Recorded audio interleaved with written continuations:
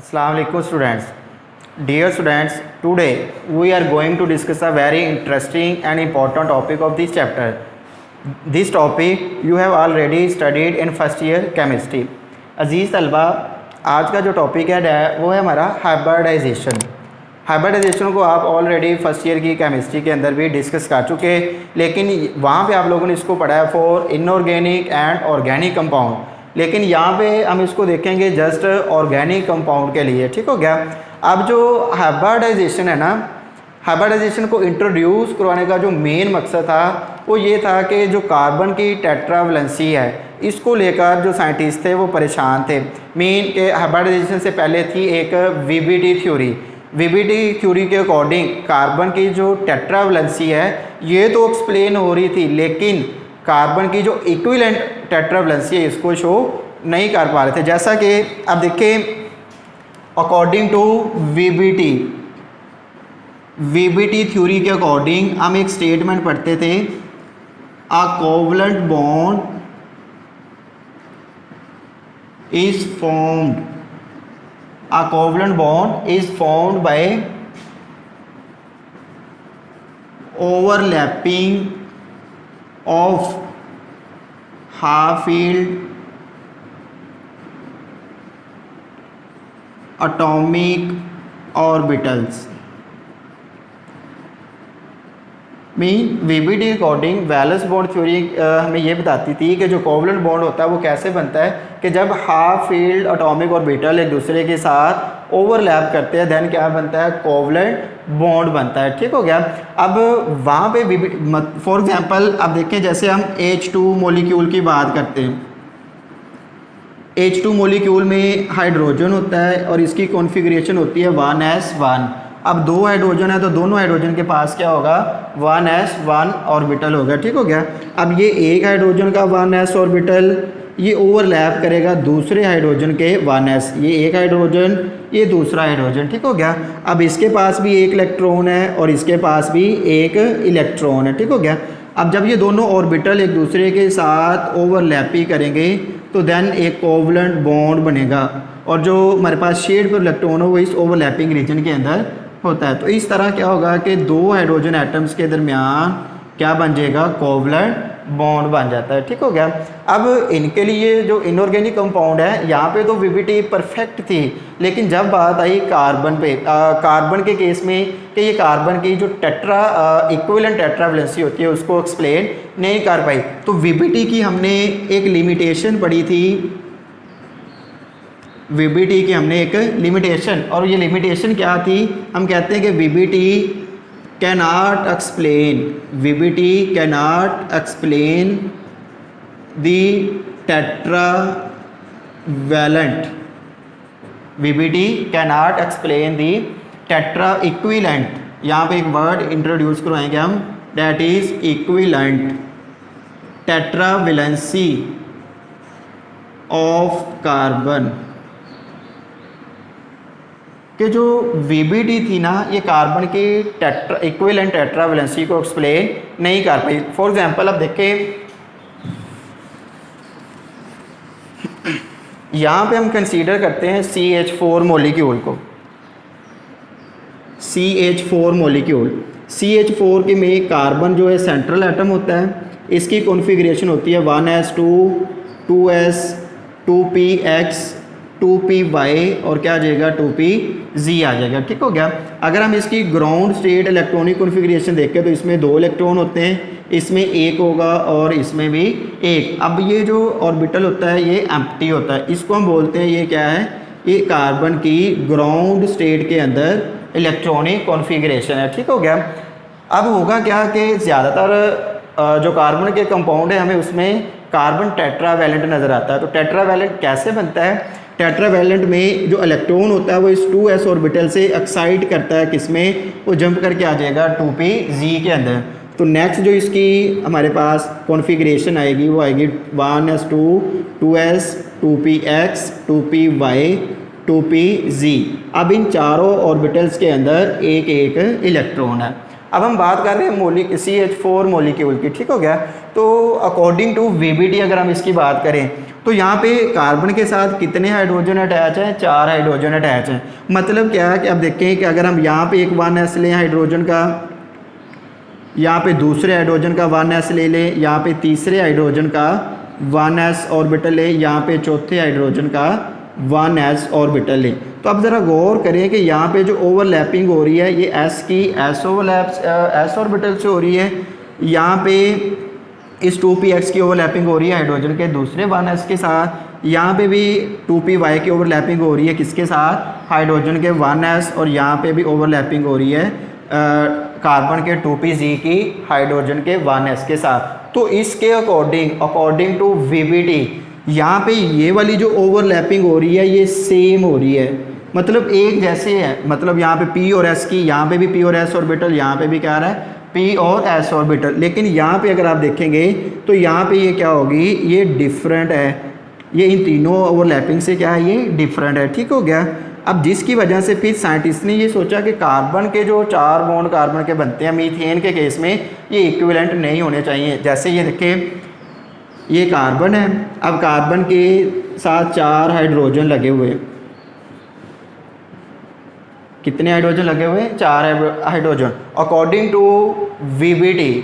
अब यहाँ पे जो ओवरलैपिंग है ये हमारे पास क्या होनी चाहिए थी, ये होनी चाहिए थी कुछ इस तरह से। मतलब यहाँ पे कार्बन का P हाइड्रोजन के S से ओवरलैप कर रहा है, यहाँ पे भी कार्बन का P हाइड्रोजन के S से ओवरलैप कर रहा है। तो इसी तरह यहाँ पे कार्बन हाइड्रोजन के S से, लेकिन कार्बन का ये जो चौथा बॉन्ड बन रहा है ना ये बनेगा हाइड्रोजन का S ऑर्बिटल, कार्बन का भी S orbital according to VBT। अब देखें ये जो 3 बॉन्ड बन रहे हैं ये वाले, ये क्या होने चाहिए थे, सेम, ये सेम बॉन्ड होने चाहिए थे, मतलब एक जैसे। अब ये जो चौथा बॉन्ड बन रहा है ना ये क्या होना चाहिए था, डिफरेंट, क्या होना चाहिए था, डिफरेंट। ये अकॉर्डिंग टू VBT हम बात कर रहे हैं, ठीक हो गया। अब जब ये सामने चीज़ आई कि ये 3 बॉन्ड एक जैसे हों और ये जो चौथा बॉन्ड बन रहा है ये क्या हो, डिफरेंट हो। लेकिन जब मीथेन के मॉलिक्यूल के ऊपर एक्सपेरिमेंट्स किए गए, जब इस मॉलिक्यूल के ऊपर एक्सपेरिमेंट्स किए गए देन जो इसके अंदर चारों बॉन्ड में मिले ना, 4 बॉन्ड जो होते हैं इसमें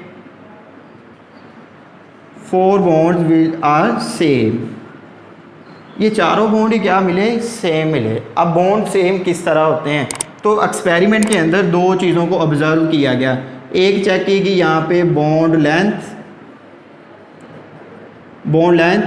और नंबर 2 पे बॉन्ड एनर्जी। जब इन दोनों पैरामीटर्स को देखा गया ना तो मीथेन के मॉलिक्यूल में बॉन्ड लेंथ और बॉन्ड एनर्जी चारों बॉन्ड के लिए क्या मिली, सेम मिली।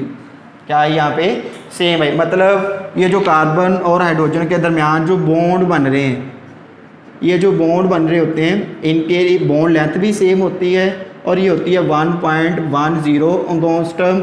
और इसी तरह हमारे पास जो आएगी इनकी बॉन्ड एनर्जी, एक बॉन्ड को तोड़ने के लिए जो एनर्जी लगती है या जो एनर्जी रिक्वायर होती है या बॉन्ड फॉर्मेशन के दौरान एनर्जी रिलीज होती है उसकी वैल्यू आती है हमारे पास 415.5 किलो जूल पर मोल। तो ओवरऑल एनर्जी और बॉन्ड लेंथ क्या मिली, सेम। जिससे फिर साइंटिस्ट ने ये ख्याल किया कि जो कार्बन मीथेन के अंदर मॉलिक्यूल के जो 4 बॉन्ड बन रहे हैं हाइड्रोजन के साथ ये सेम होने चाहिए। लेकिन VBT के अकॉर्डिंग क्या होता है कि 3 एक जैसे होते हैं लेकिन जो चौथा बॉन्ड बनता है ये डिफरेंट होता है। अब इसी बात को एक्सप्लेन करने के लिए कि क्यों यहाँ पे बॉन्ड लेंथ और बॉन्ड एनर्जी सेम आई, अब इस चीज़ को एक्सप्लेन करने के लिए इंट्रोड्यूस करेगी एक नई टर्म जो कि है हाइब्रिडाइजेशन। ठीक हो गया। अब हाइब्रिडाइजेशन ये क्या कहती है, हाइब्रिडाइजेशन के अकॉर्डिंग अगर हम बात करें तो हाइब्रिडाइजेशन हमसे ये कहती है कि जो कार्बन एटम होता है ना केमिकल बॉन्डिंग से पहले, केमिकल बॉन्डिंग से पहले, अब जैसे कि यहाँ पे कार्बन है सेंट्रल एटम, तो हाइब्रिडाइजेशन के अकॉर्डिंग जो कार्बन एटम होता है ना ये केमिकल बॉन्डिंग मीन हाइड्रोजन के साथ बॉन्ड बनाने से पहले ये अपने बैलेंस जो एटॉमिक ऑर्बिटल होते हैं ना, बैलेंस शेल के अंदर जो एटॉमिक ऑर्बिटल है जैसे ये s ऑर्बिटल है और ये 3 p ऑर्बिटल है जिनकी शेप और एनर्जी क्या है, डिफरेंट है, तो ये क्या करेगा, कार्बन के इन चारों ऑर्बिटल्स को अपने साथ मीन एक दूसरे के साथ डिफरेंट वेज के अंदर इंटरमिक्स करेगा, मीन इनकी आपस में ओवरलैपिंग करवाएगा। जब इनकी ओवरलैपिंग होगी तो इस ओवरलैपिंग के नतीजे में जब यहाँ पे ओवरलैपिंग होगी या ये ऑर्बिटल एक दूसरे के साथ इंटरमिक्स होंगे, देन यहाँ से नए ऑर्बिटल्स बनेंगे, और वो जो नए ऑर्बिटल्स बनेंगे उनको हम बोलेंगे हाइब्रिड ऑर्बिटल। मीन एक एस है और 3 p ऑर्बिटल ओवरलैप हो रहे हैं, तो इसके नतीजे में यहाँ पे 4 sp3 हाइब्रिड ऑर्बिटल्स बनेंगे। क्या बनेंगे? 4 sp3 हाइब्रिड्स ऑर्बिटल्स बनेंगे। कि कार्बन क्या करता है कि केमिकल बॉन्डिंग से पहले, हाइड्रोजन बॉन्ड बनाने से पहले ये आपस में अपने वैलेंस एटॉमिक ऑर्बिटल्स जो कि हाफ फील्ड होते हैं उनको ओवरलैप करवाएगा, इंटरमिक्स करेगा, जिसके नतीजे में नए ऑर्बिटल जनरेट होंगे और उन ऑर्बिटल्स को हम नाम देते हैं हाइब्रिड ऑर्बिटल। इनका नाम और इनकी जो तादाद है ये डिपेंड करती है कि जो जितने एटॉमिक ऑर्बिटल मिल रहे होते हैं। जैसे अगर यहाँ पे देखें एक s ऑर्बिटल और 3 p ऑर्बिटल ओवरलैप हो रहे हैं, इंटरमिक्स हो रहे हैं, तो इससे बनने वाला जो हाइब्रिड ऑर्बिटल होगा ना उसका नाम होगा sp3 हाइब्रिड ऑर्बिटल। और इनकी तादाद जितने एटॉमिक ऑर्बिटल ओवरलैप करेंगे उतने ही क्या बनेंगे? हाइब्रिड ऑर्बिटल्स बनेंगे। ठीक हो गया? जैसे यहाँ पे एक s है और 3 p ऑर्बिटल है, तो टोटल कितने एटॉमिक ऑर्बिटल हो गए? 4। तो इसलिए यहाँ पे 4 sp3 हाइब्रिड ऑर्बिटल बनेंगे। ठीक हो गया? तो अब क्या हुआ, अब कार्बन के पास जो ऑर्बिटल हैं ये चारों कौन से हैं? sp3 हाइब्रिड ऑर्बिटल है। चारों ऑर्बिटल्स कौन से हैं? sp3 hybrid.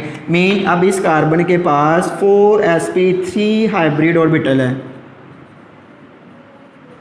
4 sp3 hybrid orbitals. ठीक हो गया? अब देखिए कार्बन जब हाइड्रोजन के साथ मिलेगा तो ये उसके s के साथ मिलेगा, यहाँ पे भी s, ये हाइड्रोजन, ये दूसरा हाइड्रोजन, यहाँ पे क्या आ जाएगा? ये तीसरा हाइड्रोजन, और इसी तरह ये क्या हो जाएगा? चौथा हाइड्रोजन। तो इसके अकॉर्डिंग देखें अब जो चारों बॉन्ड बन रहे हैं ये कार्बन के चारों बॉन्ड क्या होंगे? इक्विवेलेंट। क्यों? क्योंकि यहाँ पे जो ऑर्बिटल्स की ओवरलैपिंग हो रही है वो सबकी एक जैसी हो रही। तो यही रीज़न थी कि जो वीबीटी कार्बन की इक्विवेलेंट टेट्रावैलेंसी को एक्सप्लेन नहीं कर पाई, और इस बात को एक्सप्लेन किया किसने? हाइब्रिडाइजेशन ने। तो हाइब्रिडाइजेशन के अकॉर्डिंग क्या होता है कि कोई भी सेंट्रल एटम जब बॉन्डिंग कर रहा होता है तो वो अपने जो वैलेंस शेल में उसके जो हाफ फील्ड एटॉमिक ऑर्बिटल होते हैं जिनकी पहले एनर्जी और शेप डिफरेंट होती है, फिर उनकी आपस में इंटरमिक्सिंग करवाएगा, देन उनसे नए ऑर्बिटल बना लेता है जिनको हम बोलते हैं हाइब्रिड ऑर्बिटल। और हाइब्रिड ऑर्बिटल्स को हम बोलते हैं the orbitals that have same shape and same energy, जिसकी वजह से अब एनर्जी सेम होती है तो लिहाजा इनको हम नाम देते हैं they are also called degenerate orbitals. ठीक हो गया? अब हम चलते हैं हाइब्रिडाइजेशन की डिफाइन की तरफ कि हाइब्रिडाइजेशन क्या होती है और इसकी जो डिफरेंट टाइप्स है। ठीक हो गया?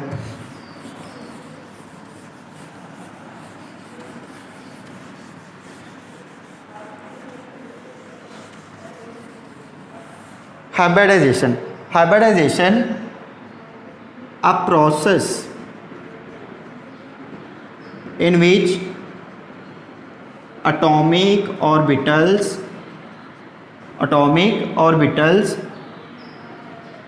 overlap, या फिर आप वर्ड लिख सकते हैं इंटरमिक्स। अब ये वो ऑर्बिटल्स होंगे डेट हैव डिफरेंट शेप। चले आप ना इसको इस तरह करें कि यहाँ पे हम लिख लेते हैं the process in which atomic orbitals having different shape and energies. अब देखें जो एटॉमिक ऑर्बिटल्स होंगे इनकी पहले शेप भी डिफरेंट होती है, एनर्जी भी डिफरेंट होती है। ओवरलैप, या फिर हम वर्ड लिख सकते हैं intermix to form hybrid orbitals having same shape and energy. ठीक हो गया? ऐसा अमल जिसके अंदर एटॉमिक ऑर्बिटल जिनकी शेप और एनर्जी क्या होती है डिफरेंट, वो एक दूसरे के साथ इंटरमिक्स होंगे। इंटरमिक्स होने के बाद वो नए ऑर्बिटल्स बना लेते हैं जिनको हम बोलते हैं हाइब्रिड ऑर्बिटल्स। ठीक हो गया। अब जो हाइब्रिड ऑर्बिटल्स होते हैं इनकी सेम शेप होगी और सेम ही क्या होगी, एनर्जी होगी। इस अमल को, इस प्रोसेस को हम क्या नाम देते हैं, हाइब्रिडाइजेशन। फॉर एग्जांपल अब देखिए कि अगर हम यहाँ पे बात करें कि हमारे पास ये एक एस ऑर्बिटल है, ये क्या है, एक एस ऑर्बिटल है। जब ये पी के साथ ओवरलैप करेगा, लेट्स सपोज ये हमारे पास एक पी ऑर्बिटल है। ठीक हो गया। अब यहाँ पे एस की शेप भी डिफरेंट है, पी की शेप भी क्या है, डिफरेंट है। इनको हम बोलेंगे ये हैं एटॉमिक ऑर्बिटल्स। ये क्या है यहाँ पे, एटॉमिक ऑर्बिटल्स। लेकिन जब ये एक दूसरे के साथ ओवरलैपिंग करेंगे, ओवरलैपिंग कह लें या कह लें कि ये हाइब्रिडाइजेशन करेंगे। आफ्टर हाइब्रिडाइजेशन एस और पी एक दूसरे के साथ जब ओवरलैप करेंगे, देन ये देखें ये एस ऑर्बिटल, ये क्या होगा, पी ऑर्बिटल। अब यहाँ पे ये ओवरलैपिंग कर रहे हैं और जिस तरफ ओवरलैपिंग होती है इलेक्ट्रॉन डेंसिटी वहाँ पे होती है, जिसकी वजह से उस साइड का लूप जो लूप होगा वो साइज़ में बढ़ जाएगा और दूसरी साइड वाला जो लूप होता है वो साइज़ में छोटा हो जाएगा। तो मतलब एस और पी के मिलने से क्या होगा कि हमारे पास जो हाइब्रिड ऑर्बिटल बनेगा ना, उसकी शेप कुछ इस तरह से हो जाएगी, ये जिसमें एक लूप क्या होगा, लार्ज लूप होता है और दूसरा लूप क्या होगा, स्मॉल। यहाँ पे जो लूप बनेगा वो क्या होगा, small. That is hybrid orbital. इसको हम किसका नाम देंगे, हाइब्रिड ऑर्बिटल। अब जैसे एक एस है और एक ही पी है, तो मैंने कहा था कि जितने एटॉमिक ऑर्बिटल्स ओवरलैप करते हैं उतने ही हाइब्रिड ऑर्बिटल्स बनते हैं। तो अब यहाँ पे एक एस और एक पी, दो एटॉमिक ऑर्बिटल है ना, एक हाइब्रिड ऑर्बिटल तो ये बन गया। अब दूसरा हाइब्रिड ऑर्बिटल भी इसी तरह का होगा जिसमें एक लूप बड़ा होगा और एक लूप क्या होगा, उसका छोटा होगा। तो मतलब कहने का ये है कि पहले जो एटॉमिक ऑर्बिटल थे इनकी एनर्जी और शेप क्या है, डिफरेंट है। एस स्फेरिकल में है, पी डंबल लाइक है, लेकिन आफ्टर हाइब्रिडाइजेशन दोनों की शेप भी एक जैसी होगी और दोनों की एनर्जी भी क्या होगी, एक जैसी होगी। ये होते हैं हमारे पास हाइब्रिड ऑर्बिटल। ठीक हो गया। तो जब हम इनको अरेंज करते हैं तो बड़े लूप को सिर्फ शो करते हैं, छोटे लूप को हम अपनी आसानी के लिए शो नहीं करते। ठीक हो गया। तो ये सिंपल सा प्रोसेस है जिसके अंदर एटॉमिक ऑर्बिटल जिनकी एनर्जी और शेप डिफरेंट होती है पहले, लेकिन हाइब्रिडाइजेशन करने के बाद उनकी शेप भी एक जैसी हो जाती है और उनकी एनर्जी भी एक जैसी हो जाती है। तो इस अमल को हम क्या बोलते हैं, हाइब्रिडाइजेशन। ठीक हो गया। अब हाइब्रिडाइजेशन को यहाँ पे जस्ट हमने अप्लाई करना है किसके अंदर, ऑर्गेनिक मॉलिक्यूल्स के अंदर। ऑर्गेनिक मॉलिक्यूल्स में अल्केन्स आ जाएंगी, अल्कीन्स आ जाती हैं और इसके बाद अल्काइंस आ जाएंगी। ठीक हो गया। Then we move towards types of hybridization, types of hybridization. ठीक हो गया। अब चूँकि ऑर्गेनिक कंपाउंड के अंदर जो कार्बन है वो मेन एलिमेंट होता है, कह लें कि उसके हमारे पास मेजर जो कंस्टिट्यूएंट एलिमेंट होता है वो कार्बन है, तो कार्बन को लेकर ही हमने चलना है। अब उसी लिहाज से हमने इसकी जो वेरियस टाइप्स है ना उनको एक्सप्लेन करना है। तो there are 3 types of hybridization. First is sp3 hybridization, second one is sp2 and third one is sp hybridization. ठीक हो गया। अब जैसे कि आप लोग फर्स्ट ईयर में भी पढ़ चुके हैं कि sp3 हाइब्रिडाइजेशन के अंदर एक s ऑर्बिटल होगा और 3 p एटॉमिक ऑर्बिटल होंगे जिनके ओवरलैपिंग्स के नतीजे में कितने हाइब्रिड ऑर्बिटल बनेंगे, 4 हाइब्रिड ऑर्बिटल बनेंगे। ठीक हो गया। इसी तरह sp2 को हम एक्सप्लेन करते हैं कैसे, the hybridization in which 1 s orbital and 2 p orbital overlap to form 3 sp2 hybrid orbital. इसी तरह sp के केस में एक s ऑर्बिटल और एक ही p ऑर्बिटल होता है, तो इनकी ओवरलैपिंग से बनेंगे 2 sp हाइब्रिड ऑर्बिटल। ठीक हो गया। अब नेक्स्ट अब देखिए कि एक आपने सिंपल सा नोट याद रखना है और इसी के लिहाज से आप एग्जांपल्स को एक्सप्लेन करेंगे। ऑर्गेनिक कंपाउंड की जो डायग्राम्स होंगे, हाइब्रिड डायग्राम्स, उनको एक्सप्लेन करना है। अब ये नोट कुछ इस तरह से है कि अगर एक कार्बन एटम 4 सिग्मा बॉन्ड बना रही हो, एक कार्बन एटम 4 सिग्मा बॉन्ड बना रही हो, तो इसमें जो हाइब्रिड स्टेट होगी ना कार्बन की वो sp3 होगी। इसी तरह अगर एक कार्बन 3 सिग्मा बॉन्ड्स बना रही हो और 1 पाई बॉन्ड बना रही हो, तो इसके अंदर जो हाइब्रिड स्टेट होगी वो कार्बन की sp2 होगी। इसी तरह अगर एक कार्बन एटम 2 सिग्मा बॉन्ड बना रही हो और 2 ही पाई बॉन्ड बना रही हो, तो देन इसके अंदर जो हमारे पास कार्बन की हाइब्रिड स्टेट होगी वो sp होगी। ठीक हो गया। अब ये जो हमारे पास मिलेगी sp3, ये ज़्यादातर आती है अल्केन्स के अंदर। मीन ऐसे मोलिक्यूल अल्केन प्लस जो हमारे पास सैचुरेटेड होंगे, सैचुरेटेड कार्बन मीन अल्केन्स के अलावा जहाँ पे कार्बन किस फॉर्म में मिलेगी आपको, सैचुरेटेड फॉर्म में, वहाँ पे कार्बन की जो स्टेट होगी हाइब्रिड स्टेट वो हमेशा sp3 होगी। इसके अलावा जो sp2 होती है हमारे पास, sp2 ये मेजर आपको मिलती है अल्कीन्स के अंदर। ठीक हो गया। अल्कीन्स या जहाँ पे भी कार्बन क्या बना रही हो, डबल बॉन्ड बना रही होती है। ठीक हो गया। उसके बाद जो अल्काइंस sp है ये आपको मिलेगी यहाँ पे अल्काइंस के अंदर। तो सिंपली यही कह लें कि जहाँ पे भी कार्बन अनसैचुरेटेड होगी, जहाँ पे अनसैचुरेटेड कार्बन मौजूद होगी वहाँ पे या तो sp2 हाइब्रिड स्टेट होगी उसकी या फिर sp होगी। डिपेंड करता है कि कार्बन कितने सिग्मा और कितने पाई बॉन्ड बना रही होगी। ठीक हो गया। तो इस लिहाज से हम क्या कर सकते हैं कि कार्बन की हाइब्रिड स्टेट को भी आइडेंटिफाई कर सकते हैं कि किस मॉलिक्यूल में कार्बन की कौन सी हाइब्रिड स्टेट मौजूद है। ठीक हो गया। अब हम 1 बाय 1 इसको एक्सप्लेन करते हैं। तो फर्स्ट आज टाइप हम पढ़ेंगे that is sp3 hybridisation.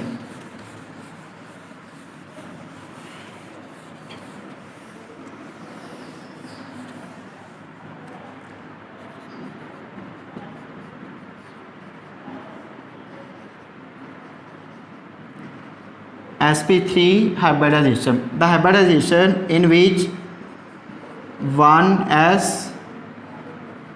and 3p atomic orbitals overlap to form 4 sp3 hybrid orbitals।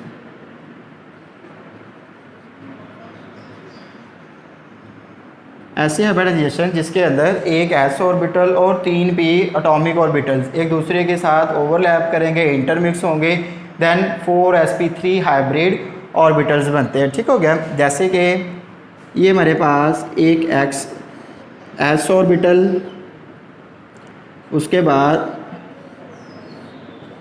ये p ऑर्बिटल, ये दूसरा p ऑर्बिटल और इसी तरह ये तीसरा p ऑर्बिटल। ठीक हो गया। इसको हम s ऑर्बिटल कह रहे हैं। मीन के यहाँ पे अगर हम कार्बन को लेकर चले तो उसका ये होगा 2s, ये हो जाएगा 2px और ये होगा 2py और ये वाला ऑर्बिटल होगा 2pz। ठीक हो गया। अब ये है फ़िलहाल atomic orbitals,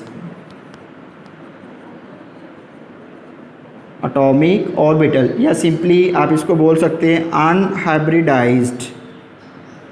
unhybridised atomic orbital.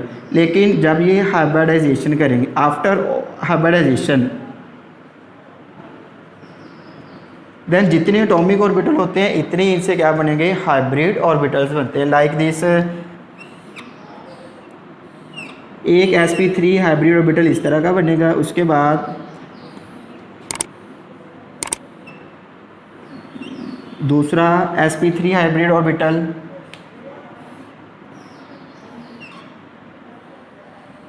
Then ये तीसरा और उसके बाद आ जाएगा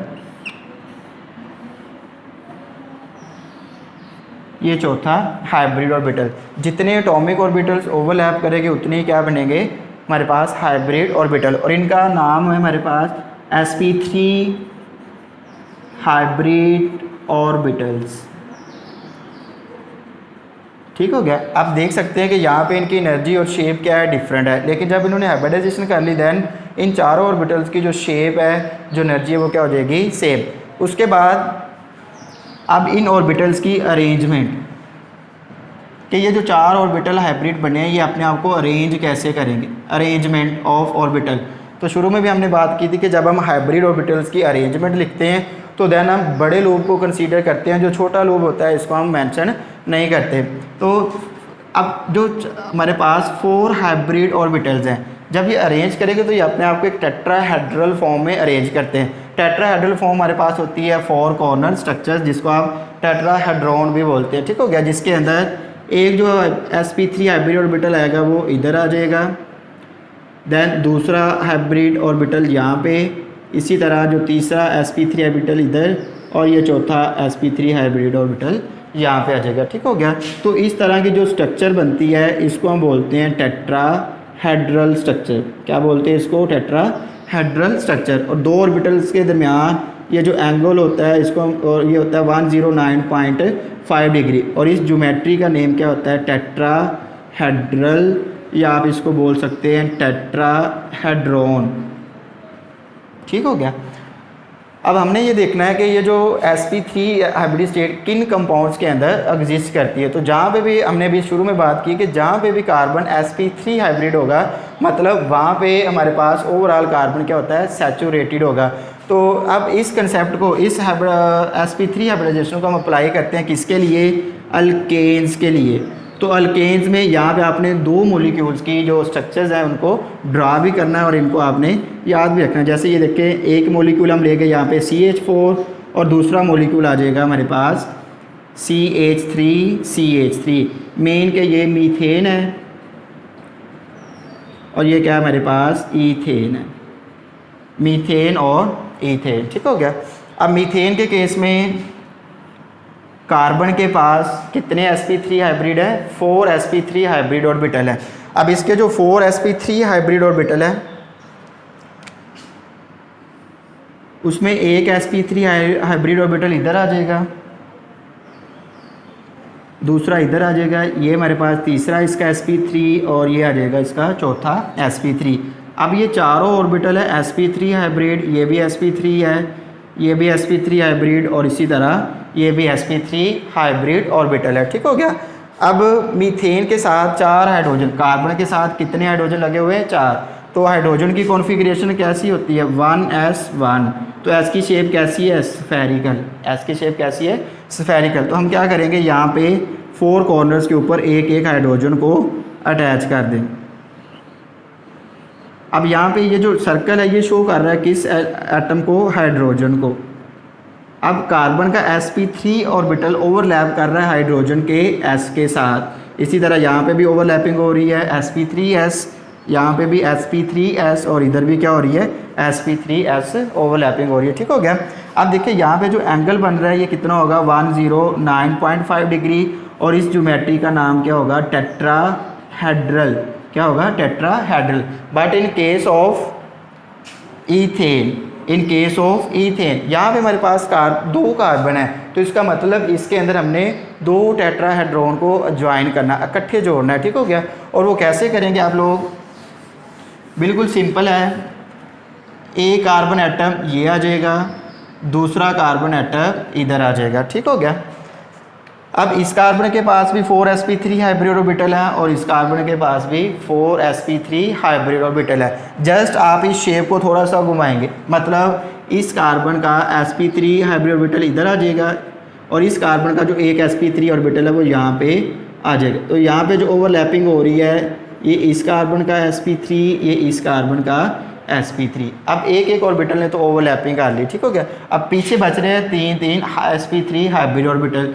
तो इस कार्बन के आप एक sp3 ऑर्बिटल यहाँ पे बना लें, दूसरा इधर, और तीसरा आ जाएगा यहाँ पे। बिल्कुल इसी तरह इस कार्बन के ये 2 sp3 हाइब्रिड ऑर्बिटल, और चौथा आ जाएगा यहाँ पे। आप इस स्ट्रक्चर पे गौर करें तो कार्बन के साथ कितने कितने हाइड्रोजन लगे हुए हैं? 3।